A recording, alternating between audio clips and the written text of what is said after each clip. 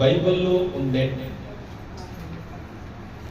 అతి చెడ్డ స్త్రీలు ఎవరైనా లూకా 17 ಅಧ್ಯಾಯ 32ನೇ ವಚನ. ಕೆಟ್ಟೋಳೆ ಒಳ್ಳೆಯ ನಾನು ಇದಕ್ಕಿಂತ ಮುಂಚೆ ಯಾರ್ಯಾರು ಹೇಳಿದೆ ಅವರೆಲ್ಲರೂ ಕೆಟ್ಟವ್ರೆ. ಅವ್ರು ಯಾರೆಲ್ಲ ಜ್ಞಾಪಕ ಮಾಡ್ಕೊಳ್ರಿ ಅಂತ ಹೇಳಿ ದೇವ್ರು ಇಲ್ಲಿ ಹೇಳ್ತಿಲ್ಲ. ಅವ್ರು ಲೋಕನ ಹೆಂಡತಿನ ಜ್ಞಾಪಕ ಮಾಡ್ಕೊಳ್ಳಿ. ಈ ಮಾತು ಹೇಳ್ತಾ ಇರೋದು ಸಾಕ್ಷಾತ್ ಯೇಸು ಸ್ವಾಮಿ, ಬೇರೆ హల్లెలూయా. లోతు భార్యను జ్ఞాపకం చేసుకోండి. ఎందుకు జ్ఞాపకం చేసుకోవాలి? ఏం పెద్ద గొప్ప మనిషిని మేము జ్ఞాపకం చేసుకోవాలి? సామెతలు ಜ್ಞಾನೋಕ್ತಿಗಳಿಗೆ ಮಾತಿರುವುದು. ಜ್ಞಾನೋಕ್ತಿಗಳು 10ನೇ ಅಧ್ಯಾಯ 7ನೇ ವಚನ. లోతుని జ్ఞాపకం చేసుకుంటా ఆశీర్వాదకరమగును, భక్తిహీనుల పేరు అసహ్యత పుట్టించు. హల్లెలూయా చెప్తుంది. కరెక్ట్ గమనించండి. నీతిమంతుని జ్ఞాపకం చేసుకుంటే ఆశీర్వాదకరం. నీతిమంతుల్ని జ్ఞాపకం చేసుకుంటే ఆశీర్వాదం అనే తగ్గుంటే లోతు భార్యను జ్ఞాపకం చేసుకొని యేసుస్వామి అంటారండి మనకేం ఆశీర్వాదం వస్తుంది? లోతు భార్యను జ్ఞాపకం చేసుకుంటాం. గమనించండి. హల్లెలూయా, హల్లెలూయా. గమనం ఇట్టున్నది. దయచేసి ఏదో వింటున్నామన్నట్టుగా యాక్టింగ్ చేయొద్దండి. మీ యాక్టింగ్ లో దేవుని ముందు నడుస్తావు, పుష్పరాజు ముందు నడుచవచ్చు, దేవుని ముందు నడుస్తావు. దయచేసి గమనం పెట్టి వాక్యం. హల్లెలూయా, హల్లెలూయా. నీతిమంతుని జ్ఞాపకం చేసుకుంటా ఆశీర్వాదకరం. మరి నీతిమంతురాలని జ్ఞాపకం చేసుకుంటా అది ఆశీర్వాదకరం. మరి లోతు ఈ భార్య ఏ నీతిమంతురాలని ఆమెను మనం జ్ఞాపకం చేసుకోవాలి. ఎందుకు చేసుకోవాలి ఆమె జ్ఞాపకం? యేసు స్వామి ఎందుకు ఒత్తి చెబుతున్నాడు ఆమె జ్ఞాపకం చేసుకోవాలి? ఏముంది? హల్లెలూయా. నీతిమంతుని జ్ఞాపకం చేసుకుంటే ఆశీర్వాదం వస్తుంది. లోతు భార్యను జ్ఞాపకం చేసుకుంటే బుద్ధి వస్తుంది. అందుకు జ్ఞాపకం చేసుకొని చెప్తారు. హల్లెలూయా, హల్లెలూయా. ఎందుకంటే ఆమె మాదిరి నువ్వు ఉండొద్దు, ఆమె మాదిరి నువ్వు చెయ్యొద్దు. అందుకోసం జ్ఞాపకం చేసుకోవాలి. హల్లెలూయా.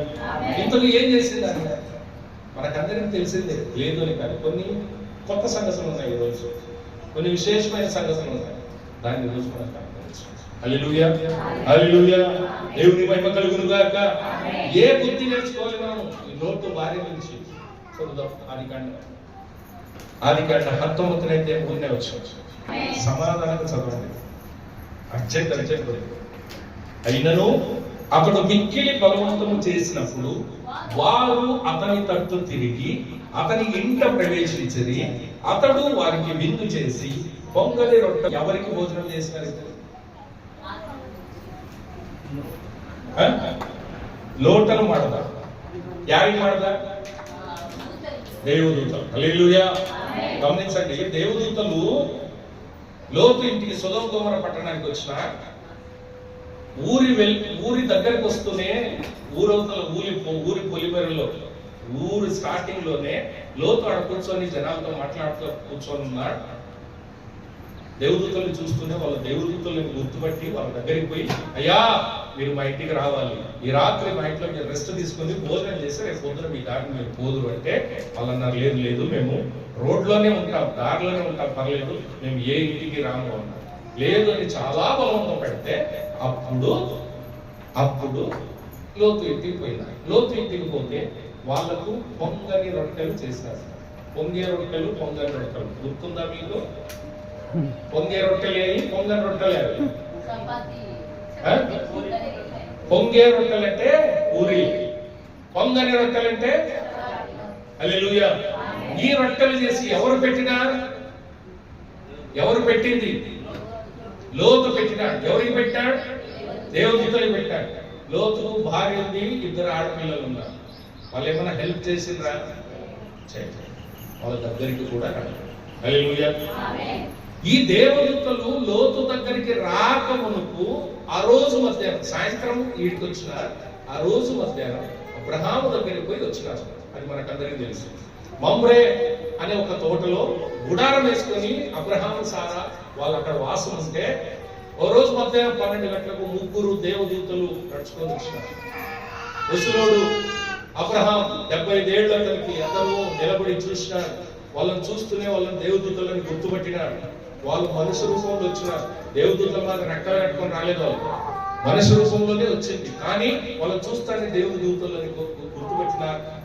పరిగెత్త వాళ్ళ దగ్గరికి పోయి నేల మట్టుకు వంగి వాళ్ళకి నమస్కారం చేసి, అయ్యా మధ్యాహ్నం ఎండపూట ఎండపడి వచ్చిన మా ఇంటికి రండి, మా గుడారానికి రండి, మీ కొరకు నేను భోజనం తయారు చేస్తాను, భోజనం తిని కొంచెం రెస్ట్ తీసుకుని తర్వాత మీరు ముందుకు పోవచ్చు.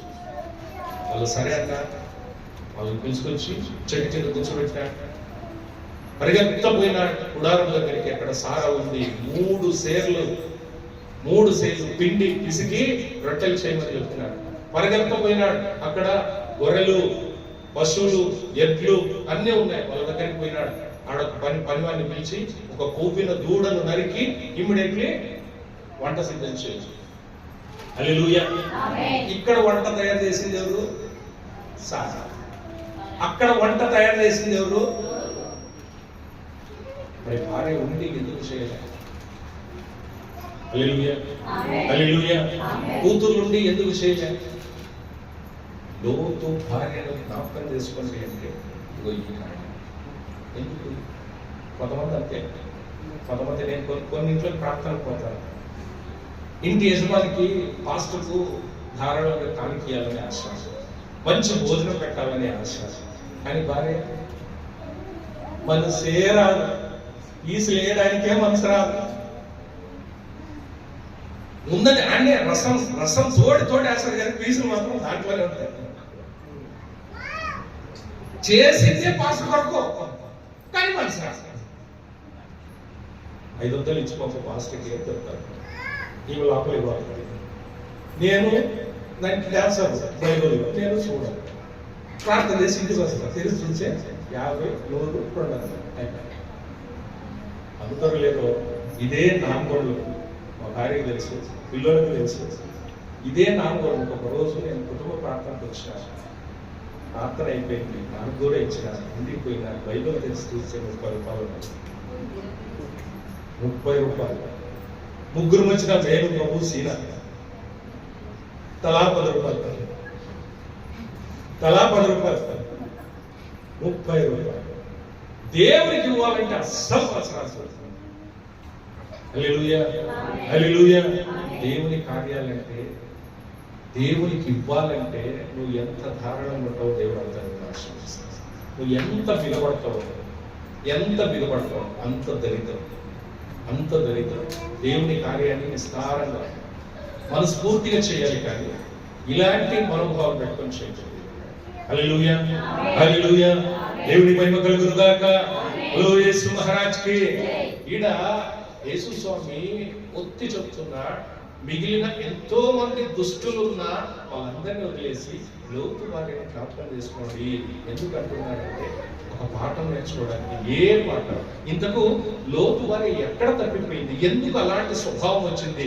సాక్షాత్తు దేవదూతలే ఇంటికి వస్తే, మనుషులు కాదు, దేవదూతలే ఇంటికి వచ్చినా సహా వాళ్ళని ఉపచరించక, వాళ్ళకి మంచి చెడ్డ చూడక, వాళ్ళ అహంకారంలో అలాగే ఉంటారు. ఆమె 2 కూతురు అంటే ఎక్కడ తప్పిపోయినారు? ఎందుకు వచ్చింది ఈ స్థితి? ఈరోజు దాన్ని మనం ప్రార్థన చేసుకుంటాం. హల్లెలూయా, హల్లెలూయా. దేవుని మహిమ కలుగును గాక. ముఖ్యంగా లోతు భార్యకు ఉన్నది ఏంటంటే భర్త పట్ల గౌరవం లేదు. దేవుని వాక్యం అంటే అస్సలు విధేయత. ఈ 2 ఆమెలు పుష్కలంగా ఉన్నాయి కాబట్టి ఆమె శాపగ్రస్తులు. భర్త అంటే గౌరవం లేదు, దేవుడు అంటే అస్సలు లెక్కలేదు. అందరు బట్టి చదవండి వాక్యం.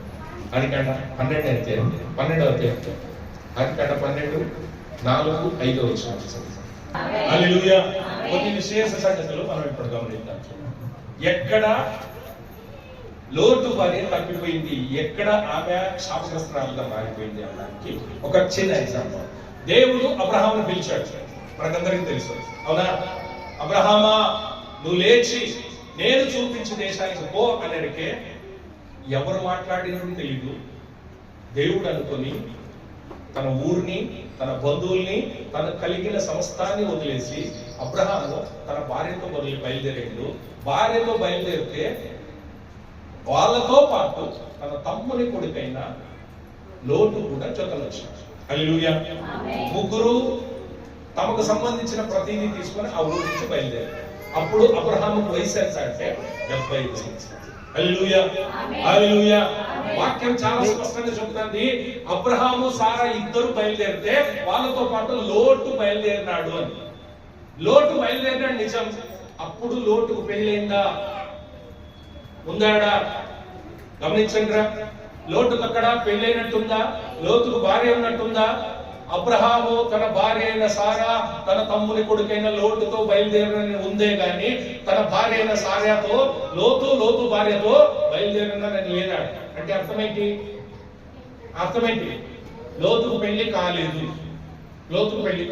సో వాళ్ళు ఊరు నుంచి బయలుదేరినారు. కారాన్ పట్టణం నుంచి కానాన్ దేశానికి బయలుదేరి వచ్చినారు. వచ్చి దారి మధ్యలో అప్పుడు కాలంలో ఇప్పుడు మాత్రం ఊర్లు లేవు, జనం ఎక్కువ లేవు. వాళ్ళ మధ్యలో ఉండే దాసదాసీల మధ్యలోని ఎవరో ఒక ఆమెను ఎంచుకొని లోతుకు పెళ్లి చేసినారు.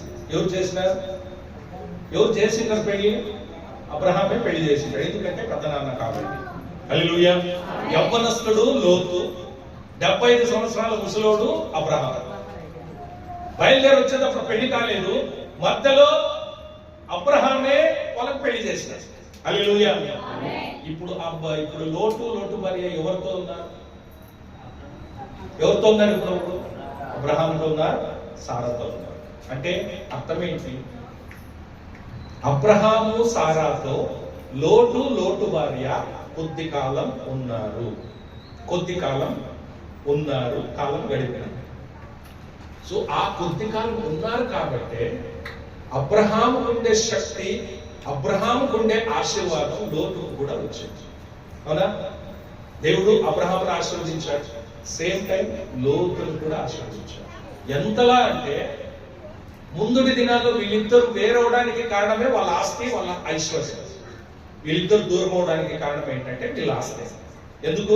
దేవుడు అంతలా విస్తారంగా దేవుడు వాళ్ళని ఆశీర్వదించాడు. వాళ్ళ మధ్యలో కొట్లాటలు వచ్చినాయి. అందుకు ఇదిగో ఎట్లుంటే సరిపోదు, మనం కొట్లాడుకునేది వద్దు, నువ్వు ఒక పక్కకు వెళ్ళిపో, నేను ఒక పక్కకు వెళ్ళిపోతాను, నువ్వు ఈ పక్కకు పోతే నేను ఈ పక్కకు పోతాను అబ్రహామే చెప్పాకే.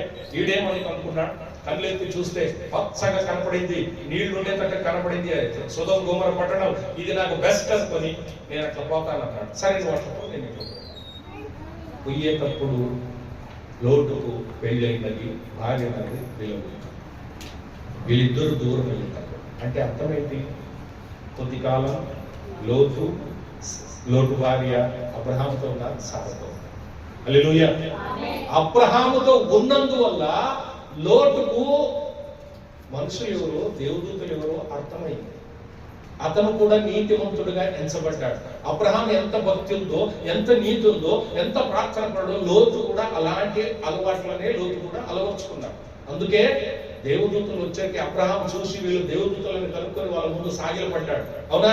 అదే దేవదూతలు సాయంత్రం సొదొమ గొమొర పట్టణానికి పోతే వాళ్ళని చూస్తేనే లోతు కనుక్కున్నాడు. వాళ్ళు మనుష్య రూపంలో ఉన్నా సహా వాళ్ళని కనుక్కున్నాడు, వీళ్ళు దేవదూతలు. ఎందుకు అంటే అబ్రహాంతో ఇన్నాళ్ళు ఉన్నాడు కాబట్టి అబ్రహాంకుండే ఆ శక్తి లోతు కూడా వచ్చింది. హల్లెలూయా.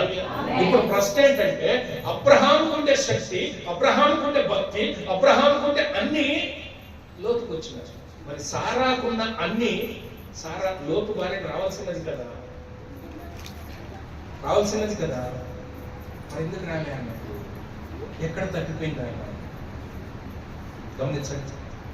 అబ్రహాము సామాన్యుడు కాదు, అబ్రహాము అజ్ఞాని అస్సలు కాదు.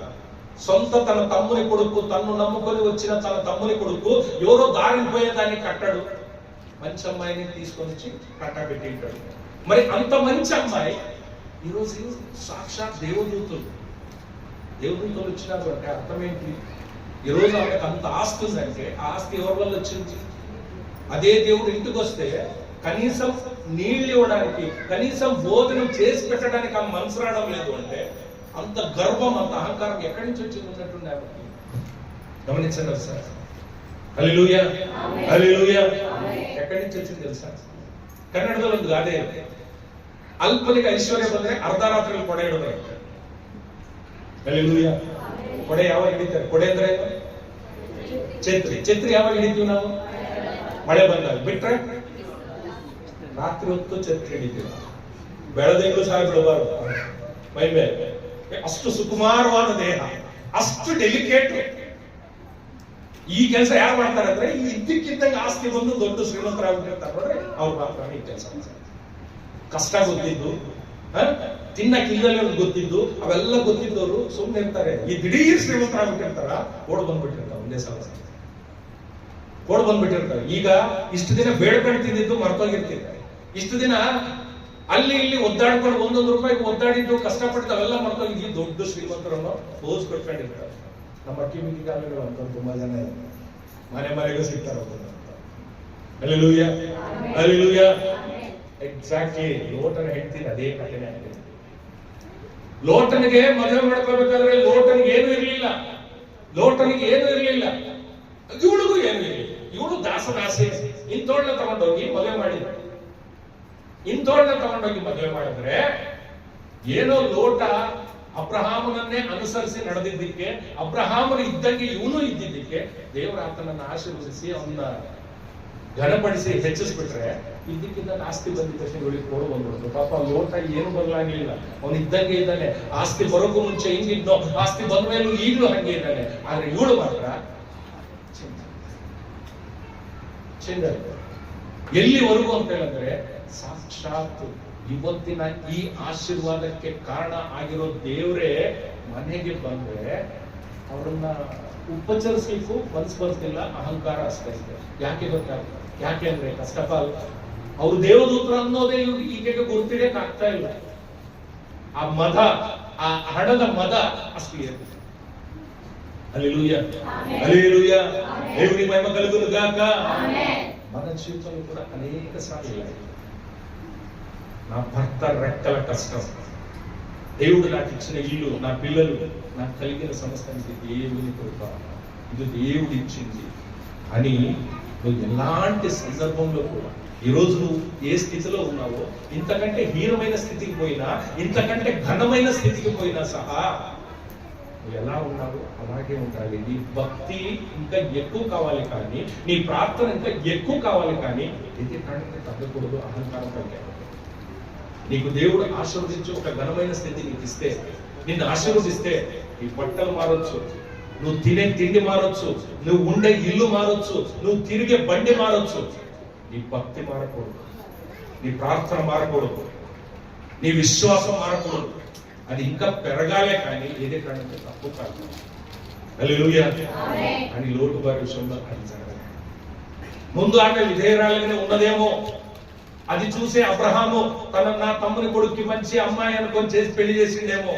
కానీ ఇప్పుడు డబ్బు వచ్చరికే మదం ఎక్కి, దేవుడెవరు మనుషులెవరు తెలుసుకోలేనంత మదం, ఇంటికి సాక్షాత్ దేవుడే వచ్చిన గుర్తించలేదు మదం. హల్లెలూయా. ప్రసంగి గ్రంథంలో ఒక మాట చదవండి. ప్రసంగి 2వ అధ్యాయం, ప్రసంగి 2వ అధ్యాయం 25ನೇ ವಚನ. ಯಾರು ಭೋಜನ ಮಾಡಿ సుఖవన్న అనుభవిస్తారు. తెలుగులో చదవండి. సెలవు లేక భోజనము చేసి సంతోషించుట ఎవరికి సాధ్యం? హల్లెలూయా, హల్లెలూయా. ఆయన సెలవు లేక భోజనము చేసి సంతోషించుట ఎవరికి సాధ్యం అంటే అర్థం ఏంటి? నువ్వు ఒక్క పూట భోజనం చేయాలన్న దేవుని పర్మిషన్ ఉండాలి. నువ్వు ఒక్క పూట భోజనం చేయాలి, ఆయన పర్మిషన్ లేదే ఒక్క పూట కూడా భోజనం చేయు. పరిస్థితి అట్లా ఉన్నప్పుడు ఈ రోజు నీకు ఒక గొప్ప స్థితి దేవుడు ఇచ్చాడు అంటే అది ఎవరి కృప? మంచి ఇల్లు ఉందంటే ఎవరి కృప? మంచి పిల్లలు, మంచి భర్త ఉన్నారంటే ఎవరి కృప? మంచి సంపాదన ఇచ్చే ఒక ఉద్యోగమో పని నీకు ఉందంటే అది ఎవరి కృప? మరి ఎంత కృతజ్ఞత కలిగి ఉండాలి. లోటు భార్యను జ్ఞాపకం చేసుకోండి. యేసు స్వామి ఎందుకు ఒత్తి చెప్తుంది?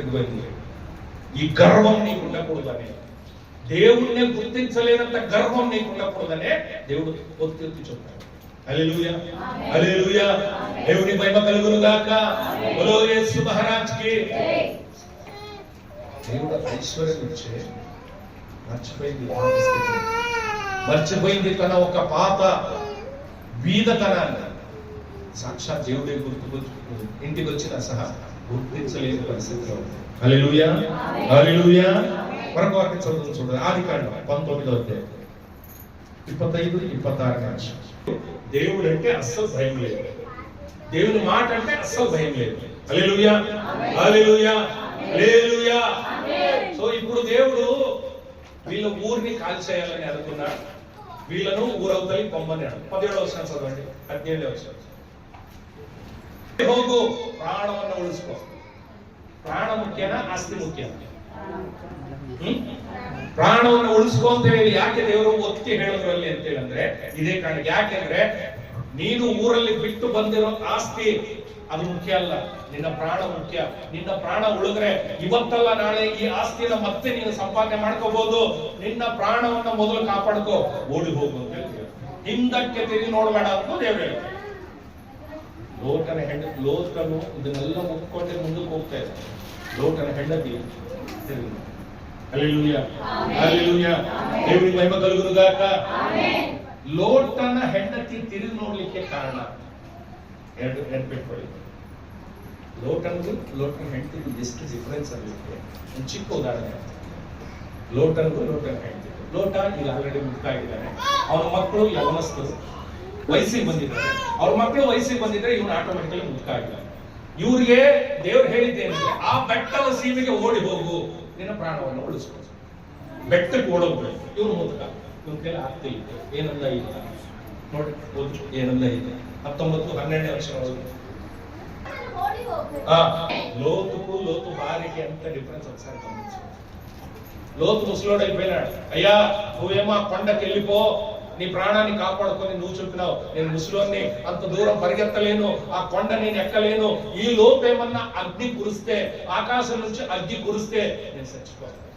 అందును బట్టి నేను అడుగుతున్నాను, ఇదిగో ఆ కొండ పక్కన ఒక చిన్న ఊరుంది, ఆ ఊర్లోకి నేను పోతాను, దయచేసి నాకు పర్మిషన్. లోతుకు లోతు భార్యకి ఎంత డిఫరెన్స్.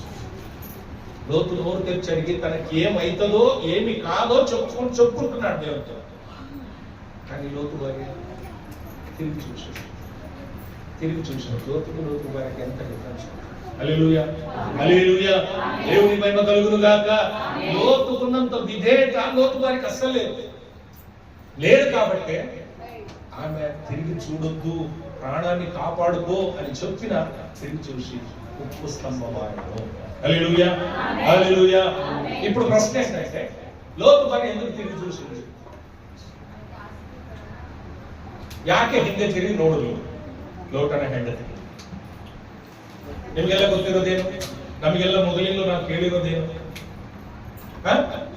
ಏನಕ್ಕೋಸ್ಕರ ತಿರುಗಿ ನೋಡಲು? ಆಸ್ತಿ. ಹೌದಾನೆ? ತನ್ನ ಆಸ್ತಿ, ಅಯ್ಯೋ ಅಷ್ಟು ದೊಡ್ಡ ಮನೆ ಬಿಟ್ಟು ಬಂದ್ಬಿಟ್ಟಲ್ಲಪ್ಪ, ಮನೆಯಲ್ಲಿರೋ ಬಂಗಾರ ಬಿಟ್ಟು ಬಂದ್ಬಿಟ್ಟಲ್ಲಪ್ಪ, ಮನೆಯಲ್ಲಿರೋ ರೇಷ್ಮೆ ಸೀರೆಗಳು ಬಿಟ್ಟು ಬಂದ್ಬಿಟ್ಟಲ್ಲಪ್ಪ. ಇದು ನಮ್ಗೆ ಗೊತ್ತಿರೋದು. ಇದು ಒಂದು కారణ నానిಲ್ಲ. ఇది ఒక కారణం నిజమే. కానీ ఇంకొక శ్రేష్టమైన కారణం అక్కడ ఉంది. నేను ఇంతవరకు ఎక్కడ వినలేదు, మీరు ఎక్కడ వినడానికి ఛాన్సే లేదు. ఇది ఒక అవకాశం ఉండొచ్చు అని నేను అనుకుంటాను. ఇంకొక అవకాశం, ఒక కారణం ఉండొచ్చు అని నేను అనుకుంటాను. ఏం తెలుసా? లోతుకు ఎంతమంది పిల్లలు? ఇద్దరు. ఆడపిల్లలా మగ పిల్లలా? ఓకే, అది మనం అనుకుంటున్నాం. అని ఇంకొక కారణం చదివి చూడాలి. తెలుసు. ಆಗ ಆ ದೂತರು ಲೋಟನಿಗೆ, ಇಲ್ಲಿ ನಿನಗೆ ಇನ್ನಾರಿದ್ದಾರೆ, ಅಳಿಯಂದರನ್ನು, ಗಂಡು ಹೆಣ್ಣು ಮಕ್ಕಳನ್ನು, ಪಟ್ಟಣದಲ್ಲಿ ನಿನಗೆ ಬೇರೆ ಎಲ್ಲರನ್ನು. ಈ ಮಾತಂತಿರೋದು ಯಾರು? ದೇವದೂತರಿಗೆ ನಮಗೆ ಏನಿದೆ ಏನಿಲ್ಲ ಗೊತ್ತಿರಲ್ಲ. వాక్యం ఏం చెప్తా తెలుసా? నువ్వు కూర్చుంటుట, నిలుచుట, పండుకొనుట, నీ మనసులో ఆలోచన పుట్టక మునుపే అది నాకు తెలుసు. మన మనసులో ఆలోచన పుట్టక మునుపే తెలిసే దేవునికి లోటుకు ఎంతమంది పిల్లలు ఉన్నారు, మగ పిల్లలు ఎంతమంది, ఆడపిల్లలు ఎంతమంది తెలిసిందా?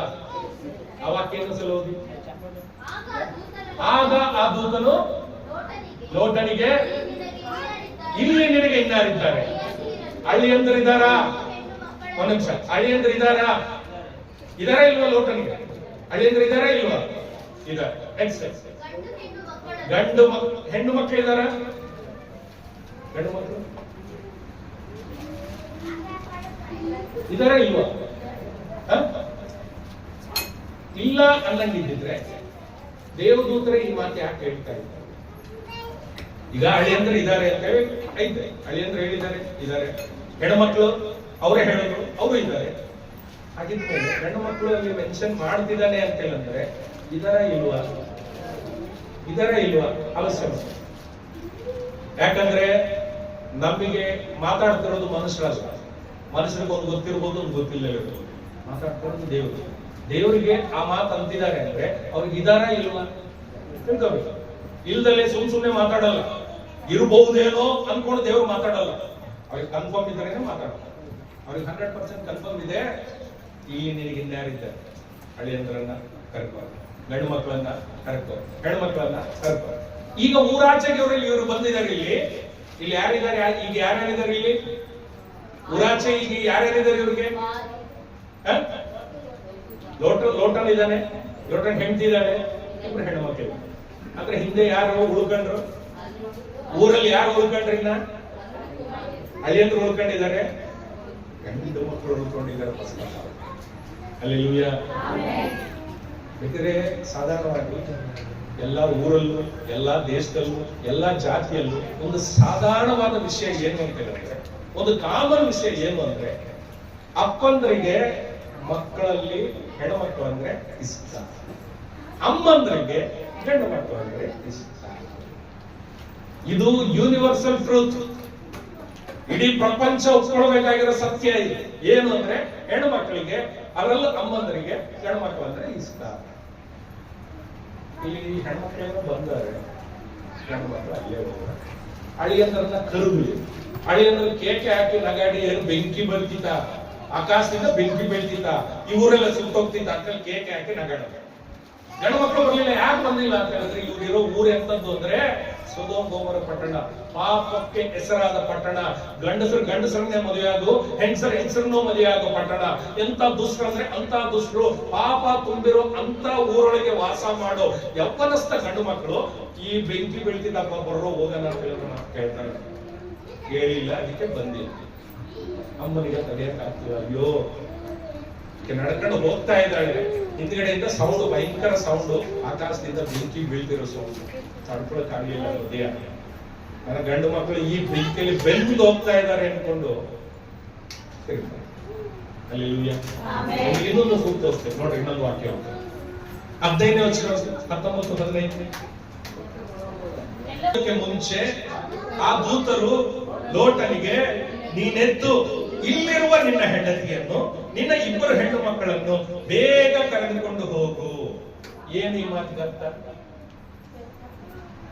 ಇಲ್ಲಿರುವ ನಿನ್ನ ಹೆಂಡತಿಯನ್ನು, ನಿನ್ನ ಹೆಣ್ಣು ಮಕ್ಕಳನ್ನು ಬೇಗ ಕರೆದುಕೊಂಡು ಹೋಗು. ಎಲ್ಲಿರುವ? ಇಲ್ಲಿ. ಎಲ್ಲಿ? ಊರಾಚೆ ಬಂದ್ಬಿಟ್ಟಿದ್ದಾರೆ. ಊರಾಚೆ ಬಂದಿದ್ದಾರೆ. ಬಂದವರಿಗೆ ಹೇಳ್ತಾ ಇದ್ದಾರೆ ಏನಂತ, ಲೋಟನೆ ಟೈಮ್ ಆಗಿದೆ, ಬೇಗ ಮಳೆ ಬೀಳ್ತಿದ್ದೀಗ, ಬೆಂಕಿ ಮಳೆ ಬೀಳ್ತಿದ್ದೆ, ಇಲ್ಲಿರುವ ಈ ನಿನ್ನ ಹೆಂಡತಿಯನ್ನ, ಈ ನಿನ್ನ 2 ಹೆಣ್ಣು ಮಕ್ಕಳನ್ನ. ಅಂದ್ರೆ ಅರ್ಥ ಏನು? ಅಲ್ಲಿ ಇನ್ಯಾರಿದ್ದಾರೆ? ಇಲ್ಲಿರುವ ಆ ಮಾತನ್ನ ಬಳಸಿಲ್ಲ ಅಂದ್ರೆ ನಾನು ಹೇಳ್ತಾನೆ ಇರ್ಲಿಲ್ಲ ಈ ಮಾತನ್ನ. ನಿನ್ನ ಹೆಂಡತಿ ನಿನ್ ಮಕ್ಕಳನ್ನ ಕರ್ಕೊಂಡೋಗಪ್ಪ ಬೇಗ ಅಂತ ಹೇಳಿದ್ರೆ ನಾನು ಈ ಮಾತನ್ನ ಹೇಳ್ತಾನೆ ಇರ್ಲಿಲ್ಲ. ಆದ್ರೆ ಒತ್ತೆ ಹೇಳ್ತಿದ್ದೇನೆ, ಇಲ್ಲಿರುವ ನಿನ್ನ ಹೆಂಡತಿಯನ್ನ, ನಿನ್ನ ಮಕ್ಕಳನ್ನ, ಹೆಣ್ಣು ಮಕ್ಕಳನ್ನ ಬೇಗ ಕರ್ಕೊಂಡು ಹೋಗು. ಅಂದ್ರೆ ಅರ್ಥ ಏನು? ಬಿಟ್ಟು ಬಂದಿರೋದು ಹೆಂಗೋ ಹಾಳಾಗೋಯ್ತು, ಅವು ಏನು ಮಾಡಕ್ಕಾಗಲ್ಲ. ಈಗ ಅಟ್ಲೀಸ್ಟ್ ಇಲ್ಲಿರೋ ನಿನ್ನ ಹೆಂಡತಿ, ನಿನ್ನ ಮಕ್ಕಳು ಇವೇ ನನಗೆ ಸಾಕು ಅಂತ ಅನ್ಕೊಂಡು ಹೋಗಿ ಕರ್ಕೊಂಡೋಗಪ್ಪ ಅಂತ ಅರ್ಥ. ಅಂದ್ರೆ ಅರ್ಥ ಏನು? ಗಂಡ್ಮಕ್ಳು ಬಿಟ್ಟು ಬಂದಿದೆ ಊರಲ್ಲಿ ಅಂತ. Hallelujah, hallelujah. ದೇವರಿಗೆ ಮಹಿಮೆ ಕಲುಗುವುದಾಕ. ಅವ್ರ ಅಮ್ಮ ಅಂದ್ರೆ ಲೋಟನ ಹೆಂಡತಿ ತಿರುಗಿ ನೋಡ್ಲಿಕ್ಕೆ ಆಸ್ತಿ ಕಾರಣನೇ ನಾನು ಇಲ್ಲ ಅಂತಿಲ್ಲ, ಬಂಗಾರ ಕಾರಣನೇ ನಿಜ ಇಲ್ಲ ಅಂತಿಲ್ಲ, ಅವರ ಒಂದು ಏನು ಮನೆ, ಅವರಲ್ಲಿರೋ ಸರ್ವ ಸಂಪದಗಳು ಅದಕ್ಕೆ ಕಾರಣನೇ ನಾನು ಇಲ್ಲ ಅಂತಿಲ್ಲ. ಇನ್ನೊಂದು ಅವಕಾಶ ಇರಬಹುದು. ಏನು ಅಂತ ಹೇಳಿದ್ರೆ ಅವ್ರ ಗಂಡ ಅವ್ರು ಬರ್ಲಿಲ್ಲ, ಅವ್ರು ಅಲ್ಲೇ ಉಳಿದವರು. ಆ ಒಂದು ನೋವಾಗಿತ್ತು, ಅದಕ್ಕೋಸ್ಕರ ಆಗ್ತದೆ. Hallelujah, hallelujah. ದೇವರಿಗೆ ಮಹಿಮೆ ಕಲುಗುವುದಾಕ. ತುಂಬಾ ತುಂಬಾ ತುಂಬಾ ನೋವನ್ಸಿದ ವಿಷಯ ಏನು ಅಂತ ಹೇಳಿದ್ರೆ, ನೋವನ್ಸಿದ ವಿಷಯ ಏನು, ಆಕೆ ತಿರುಗಿ ನೋಡೋದು, ತಿರುಗಿ ನೋಡಿ ಏನಾದ್ರು ತಿರುಗಿ ನೋಡಿ ಉಪ್ಪಿಸ್ತಾ. Hallelujah, hallelujah, hallelujah. ನನಗೆ ನೋವು ಅನ್ಸಿದ್ದಿದೆ. ಏನಕ್ಕೆ ಅಂತ ಹೇಳಿದ್ರೆ, ದಾರಿಯಲ್ಲಿ ಹೋಗಬೇಕಾದ್ರೆ ಆಕ್ಸಿಡೆಂಟ್ ಆದ್ರೆ ನಮ್ಮ ಶರೀರ ಛಿದ್ರ ಆದ್ರೂ ಪರವಾಗಿಲ್ಲ, ಪೀಸ್ ಆದ್ರೂ ಪರವಾಗಿಲ್ಲ. ರೈಲ್ವೆ ಟ್ರ್ಯಾಕ್ ಅಲ್ಲಿ ಬಿದ್ದು ಕೆಲವರು ಸೂಸೈಡ್ ಮಾಡ್ಕೊಂಡು ಸತ್ತೋಗ್ತಾರೆ. ಕಾಲು ಒಂದ್ ಕಡೆ, ತಲೆ ಒಂದ್ ಕಡೆ, ಬಾಡಿ ಒಂದ್ ಕಡೆ ಬಿದ್ದಿರ್ತೀವಿ. ಆ ಮೂರನ್ನು ಆಯ್ಕೊಂಡ್ ಬಂದು ಗುಂಡಿಯಲ್ಲಿ ಹಾಕಿ ಮಣ ಮಾಡ್ತಾರೆ. ಉಪ್ಪು ಸ್ತಂಭ ಹೆಂಗಪ್ಪ ಮಣ ಮಾಡ? ಉಪ್ಪು ಸ್ತಂಭ ಸಮಾಧಿಯಾಗಿ ಮಾಡೋಣ. ಸಮಾಧಿ ಮಾಡಲೇ ಇಲ್ಲ, ಸಮಾಧಿ ಆಗೇ ಇಲ್ಲ. ನಿಮ್ಗೆ ಗೊತ್ತಾ, ಲೋಟನ ಹೆಂಡತಿಯ ಉಪ್ಪು ಸ್ತಂಭ ಇವತ್ತಿಗೂ ಇದೆ. ನೀವು ಗೂಗಲ್ ನಲ್ಲಿ ಸರ್ಚ್ ಮಾಡ್ರಿ, ತೋರಿಸುತ್ತೆ, ಆ ಚಿತ್ರ ಬರುತ್ತೆ. ಅಬ್ರಹಾಮನ ಸಮಾಧಿ ಗೂಗಲ್ ನಲ್ಲಿ ನೀವು ಹೊಡೆದ್ರೆ ಕಾಣುತ್ತೆ. ಇಸ್ಸಾಕ್ ಯಾಕೋಬರ ಸಮಾಧಿ, ದಾವೀದನ ಸಮಾಧಿ ಕಾಣುತ್ತೆ, ಸೊಲೊಮೋನನ ಸಮಾಧಿ ಕಾಣುತ್ತೆ, ತೋಮ ಸಮಾಧಿ ಕಾಣುತ್ತೆ, ಯೇಸು ಸ್ವಾಮಿ ಶಿಷ್ಯರ ಸಮಾಧಿ ಕಾಣುತ್ತೆ, ಯೇಸು ಸ್ವಾಮಿ ಸಮಾಧಿನ ಕಾಣುತ್ತೆ. ಅದೇ ಪ್ರಕಾರವಾಗಿ ಲೋಟನ ಹೆಂಡತಿಯ ಸಮಾಧಿ ಅಥವಾ ಲೋಟನ ಹೆಂಡತಿ ಉಪಸ್ತಂಭ ನೀವು ಒಳಗೆ ನೋಡ್ರೆ ಆ ಚಿತ್ರ ತೋರಿಸುತ್ತೆ. ಅಂದ್ರೆ ಅರ್ಥ ಏನು? ಸಮಾಧಿನೇ ಮಾಡಲಿಲ್ಲ, ಸಮಾಧಿನೇ ಆಗಲಿಲ್ಲ. ಒಂದು ವಿಷಯ ಗೊತ್ತಾ, ನಾವು ದೇವರ ಮಕ್ಕಳಾಗಿ ತಂದೆ ಕುಮಾರ ಪರಿಶುದ್ಧಾತ್ಮನಾಮದಲ್ಲಿ ದೀಕ್ಷಾ ಸ್ಥಾನ ತಗೊಂಡು ನಾವು ಸತ್ತಾಗ ನಮ್ಮ ಸಮಾಧಿ ಕಾರ್ಯಕ್ರಮ ಅದು ಪದ್ಧತಿ ಪ್ರಕಾರ, ಕ್ರಿಶ್ಚಿಯನ್ ಪದ್ಧತಿ ಪ್ರಕಾರ ಆಗ್ಲಿಲ್ಲ ಅಂದ್ರೆ ಶಾಪ, ನಾವು ದೇವರ ರಾಜ್ಯಕ್ಕೆ ಮಾತ್ರ ಆಗಲ್ಲ. ಇದು ನಾನು ಮಾತ್ರ ಇದ್ದೀನ, ದೇವರ ವಾಕ್ಯ ಹೇಳುತ್ತೆ. ಓದಿದ್ದು ವಾಕ್ಯ ಓದಿ ಪ್ರಸಂಗಿ 6ನೇ ಅಧ್ಯಾಯ 3ನೇ ವಚನ. ನಿಮ್ಮ ಒಂದು ಬಯಕ ಬಹು ವರ್ಷ ಬದುಕಿದವನಿಗೆ ಸುಖ ತೃಪ್ತಿಯು ಉತ್ತರ ಕ್ರಿಯೆಯು ಇಲ್ಲದಿದ್ದರೆ ಇವನಿಗಿಂತಲೂ ಗರ್ಭಸ್ರಾವದ ಪಿಂಡವೇ ಉತ್ತಮ. ಏನರ್ಥ ಇದು? ಏನರ್ಥ? తెలుగులో చదవండి. ఒకడు 100 మంది పిల్లలని కని దీర్ఘాయుష్మంతుడవై చిరకాలము జీవించి ఎరుగకయు తగిన రీతిగా సమాధి చేయకయు ఉండిన ఎడల వాని గతి కంటే పడిపోయిన పిండము. పడిపోయిన పిండం అంటే ఏంటి? అబార్షన్. ఇంకా బిడ్డకు రూపం రాక మునుపే, కళ్ళు ముక్కు చెవి రాక మునుపే ఆ పడిపోయిన పిండము గతి కంటే ఆ పిండము గతే మేలంట. సమాధి చేయకపోతే, క్రీస్తు ప్రకారం సమాధి చెయ్యకపోతే ಆ ಪಿಂಡಂ ಪಡಿಪೋಯಿನ ಪಿಂಡಂ ಗರ್ಭಸ್ರಾವ ಅಭಾಷಣಾದ ಪಿಂಡನೇ ಮೇಲು, ಇದು ಅದಕ್ಕಿಂತಲೂ ಕಡೆ. ಹಾಗಿದ್ರೆ ಈಗ ಯೋಚನೆ ಮಾಡ್ರಿ, ನಾವು ಸತ್ತಾಗ ನಮ್ಮ ಸಮಾಧಿ ಕಾರ್ಯಕ್ರಮ ಅದು ಪದ್ಧತಿ ಪ್ರಕಾರ ಆಗ್ಬೇಕಾ ಆಗ್ಬಾರ್ದು? ಆಲೋಚಿಸೋಣ. ఎంత మందిది ఇంతవరకు హిందువుల ప్రకారం జరిగింది. దేవుడు ఏమంటున్నాడు తెలుసా? మీకంటే పడిపోయిన పిండం మేలు. 100 మంది పిల్లల్ని కని ఆస్తి ఐశ్వర్యం నీకుండి సుఖం అనుభవించి తృప్తిని అనుభవించి నీ సమాధి కార్యక్రమం పద్ధతి ప్రకారం జరగకపోతే పడిపోయిన పిండము కంటే నువ్వు హీనుడవు, పడిపోయిన పిండమే మేలు అని వాక్యం. ఆలోచించండి ఒకసారి. మనోళ్ళు, దేవుని నమ్ముకున్న వాళ్ళు, తండ్రి కుమార పరిశుద్ధాత్మ నామమున దీక్షాస్నానం తీసుకున్న ఎంతో మంది, ఎవరో ఎంతో, మన గోపాల్ ఎన్నెన్నో పాటలు రాసినాడు. ఆయన పాటలు ఇప్పటికీ మనం పాడుకుంటున్నాం. గోపాల్ సంబంధించిన మట్టి కార్యక్రమం హిందూ ప్రకారం జరిగింది. దేవుడు ఏమంటున్నాడు? దీనికంటే పడిపోయిన పిండం మేలు. ఆలోచించండి ఒకసారి. హల్లెలూయా, హల్లెలూయా. దేవుని మహిమ కలుగును గాక. ఒక్కరు ఎవరైనా మాకు సపోర్ట్ చేసి ఆ రోజు ఏదో ఒకటి చేస్తున్నారు అని ఎవ్వరు సపోర్ట్ చేయలేదు, ఎవరు సపోర్ట్ చేయలేదు. ఇప్పుడు మీకు మీరు గుర్తుపెట్టుకోండి. పాపం ఎవరు మన చిన్న సభ ఎంతో మేలు, చాలా ఘనంగా జరిగింది. ఆయన హల్లెలూయా, హల్లెలూయా. దేవుని మహిమ కలుగును గాక. ఆ ప్రకారం జరిగితేనే మనకు ఆశీర్వాదం. లేకపోతే ఇన్నాళ్ళు నువ్వు బతికినంత కాలం సుఖాన్ని అనుభవించింది, బతికినంత కాలం నువ్వు ప్రార్థన చేసింది, బ్రతికినంత కాలం నువ్వు కన్నీళ్లు పెట్టి మొరపెట్టింది, నీ భక్తి చూపింది, అన్ని వేస్ట్. ఈ ఒక సమాధి కార్యక్రమం సరిగ్గా జరగదు. దయచేసి గుర్తుపెట్టుకోండి. రాసి పెట్టుకోండి, మీ పిల్లలకు చెప్పి పెట్టండి. నేను చచ్చిపోతే నా కార్యక్రమం ఇలాగే జరగాలి, తల మీద తలబడ్డ ఎవరు వచ్చినా ఎవరు రాకపోయినా. లేదా పడిపోయిన పిండం మీ ముందర, అది ఎంతో అదృష్టం, ఎంతో ఘనత. హల్లెలూయా. సమాధి చేయడానికి కూడా అవకాశం లేదు. లోతు భార్య అబ్రహాము చూసి, నా తమ్ముని కొడుకు నన్ను నమ్ముకొని వచ్చాడని, వారికి మంచి పిల్లని చూసి పెళ్లి చేసేయాలని ఆమెను ఏరి కోరి చేసి పెళ్లి చేసిన అమ్మాయి ఉప్పు స్తంభంగా ఈ రోజుకి నిలబడింది. సమాధి కార్యక్రమం చేసి. హల్లెలూయా, హల్లెలూయా. దేవుని మహిమ కలుగును గాక.